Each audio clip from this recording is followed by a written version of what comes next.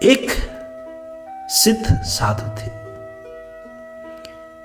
वो एक बार एक गांव से गुजर रहा था तो लोगों ने उसको पकड़ लिया और साधु इतने प्रसिद्ध थे कि लोग उनको जाने न दिए।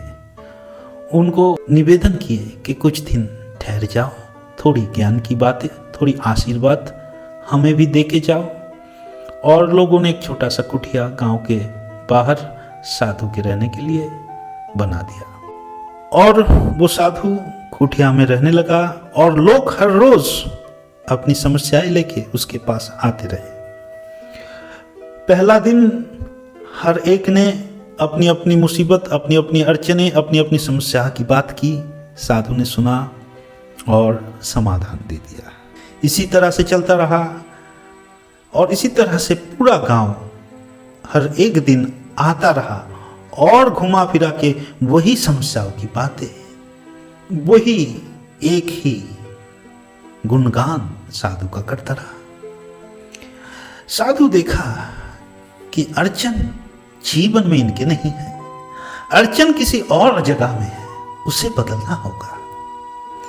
साधु ने एक बड़ी तरकीब निकाली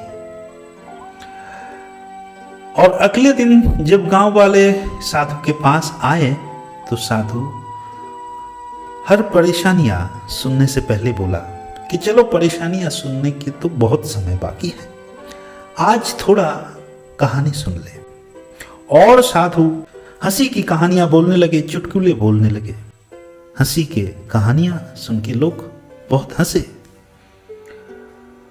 कुछ देर गया, साधु फिर से वही कहानी दोहराने लगे और जब सारे कहानी अंत हुआ तो साधु देखा कुछ लोग हंसे, बाकी चुप रहे। फिर साधु ने शुरू किया और एक ही कहानी लोगों को बोलने लगे और इस बार बहुत ज्यादा लोग चुप रहे, कुछ ही लोग हंसे। इस तरह से बार बार साधु वही कहानियां, वही हंसी के चुटकुले लोगों को सुनाते रहे और जितने बार वो कहानियां सुनाते गए उतना ही लोग कम हंसते हंसते हंसते हंसते चुप हो गए। साधु ने पूछा, अरे चुप क्यों हो? मैंने कहानी सुनाया, तुम लोग हंसे नहीं। लोगों ने बोला कि पहली पहली बार जब कहानी सुनाया हंसी तो आया, परंतु एक ही कहानी कितने बार सुने गुरुदेव, और जितने बार आप प्रभु ये कहानियां सुना रहे हो हमको तो पहले से ही पता चल रहा है कि कहानी के अंत में क्या होने वाला है, फिर कहां से हंसी आएगी? एक ही बात बार बार सुनने से हंसी नहीं आती। साधु ने बोला, तुम ही लोगों ने इतने दिनों से मेरे पास जो प्रश्न रखे थे उन सारे प्रश्नों का उत्तर आज तुम खुद दे दिए। तुम लोग बोले कि एक ही कहानी, एक ही घटना बार बार सुनने से हंसी नहीं आती और इसका बोध भी तुम्हें हो गया। तुमने देखा एक ही कहानी, एक ही तरह के विषय बार बार होने से उसमें रस नहीं बचता, उसमें खुशियां नहीं मिलती। तो जरा सोचो, एक ही तरह के परेशानी, एक ही तरह के विषय हर रोज तुम्हारे जीवन में घट रही है और तुम सोए हुए हो, इस कारण से व्यथित हो, चिंतित हो। थोड़ा जागो और देखो, कहानी कोई नई कहानी नहीं, यही तुम्हारी रोज की, रोजमर्रा की जिंदगी का कहानी है।